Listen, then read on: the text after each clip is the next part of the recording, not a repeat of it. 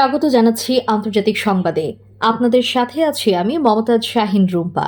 প্রথমেই সংবাদ শিরোনাম। ট্রাম্পের প্রস্তাবে শিগগিরই নিজেদের অবস্থান জানাতে পারে হামাস। শান্ত হন, ঘুমান অথবা নিজেদের সমস্যাগুলো মেটান, ইইউ নেতাদের উদ্দেশ্যে পুতিন।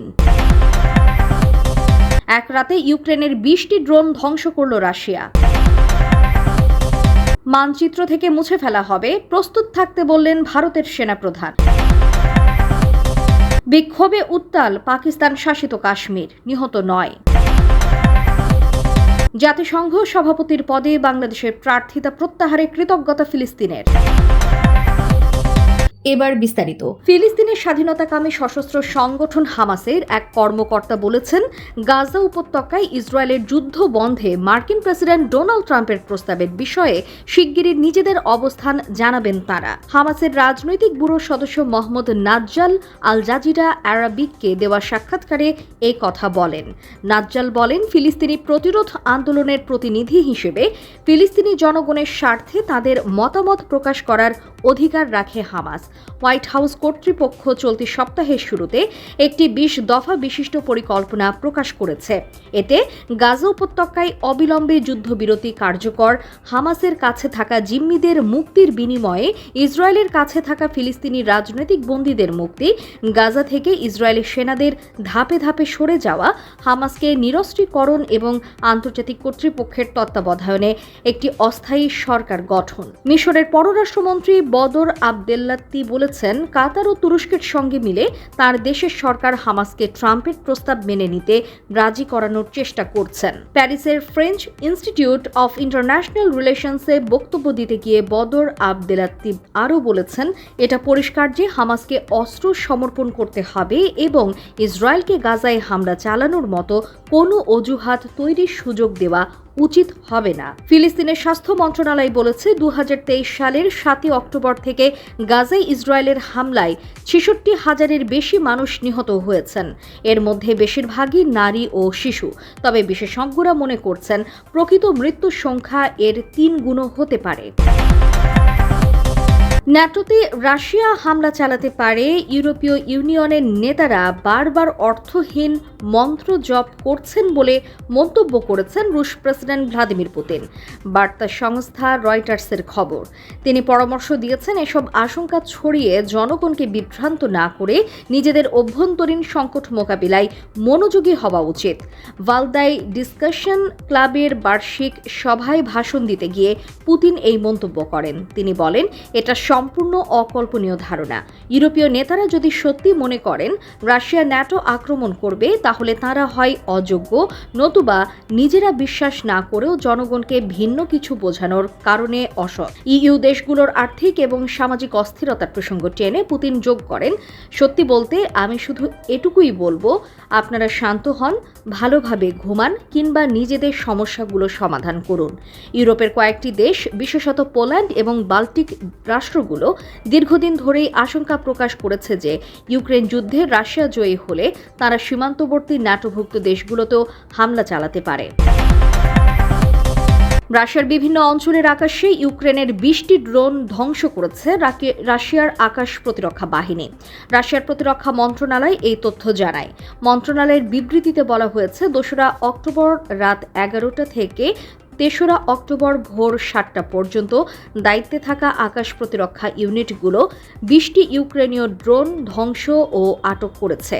এর মধ্যে 9টি ড্রোন কালো সাগরের আকাশে, 4টি ভোরোনেজ অঞ্চলে, 3টি বেলগোরোদ অঞ্চলে, 3টি ক্রিমিয়া প্রজাতন্ত্রে এবং 1টি কুরস্ক অঞ্চলে ধ্বংস করা হয়েছে।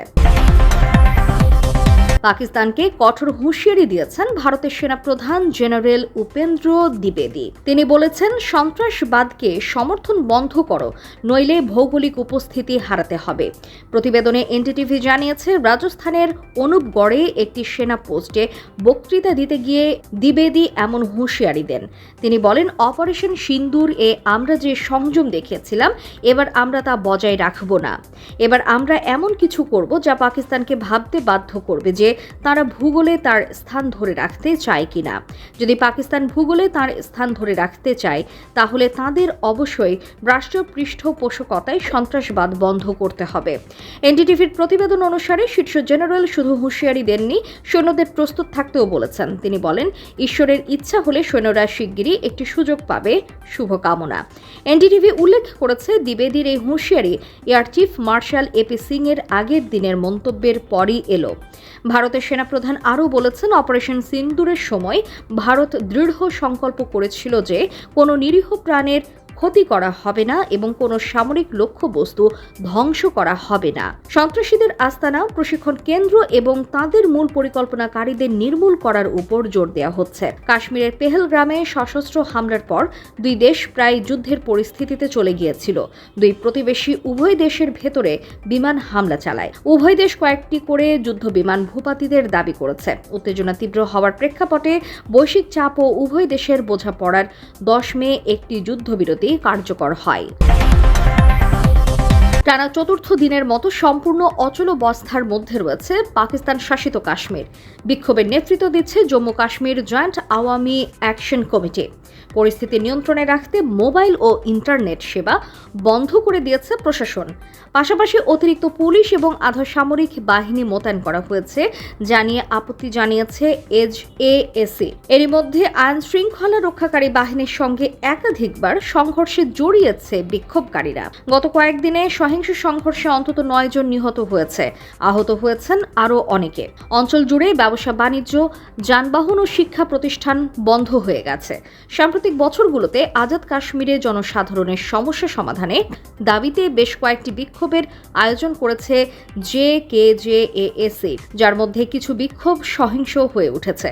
এবার আজাদ কাশ্মীর সরকারের সামনে 38 দফা দাবি পেশ করেছে আওয়ামী অ্যাকশন কমিটি, যার মধ্যে রয়েছে শাসক গোষ্ঠীর সুযোগ সুবিধা বাতিল করা, আজাদ জম্মু ও কাশ্মীর বিধানসভায় ভারতের দিক থেকে আসা কাশ্মীরি অভিবাসীদের জন্য সংরক্ষিত 12টি আসন বাতিল করা ও আজাদ কাশ্মীরে জলবিদ্যুৎ প্রকল্পের জন্য রয়্যালটি প্রদান। পাকিস্তান শাসিত কাশ্মীরের অর্থমন্ত্রী আব্দুল মজিদ খান বলেছেন, সরকারের পক্ষ থেকে অধিকাংশ দাবি মানা হয়েছে, তবে শরণার্থী আসন বাতিল এবং উচ্চ পদস্থ কর্মকর্তাদের বিশেষ সুবিধা কমানোর দাবিতে এ অচলাবস্থা সৃষ্টি হয়েছে।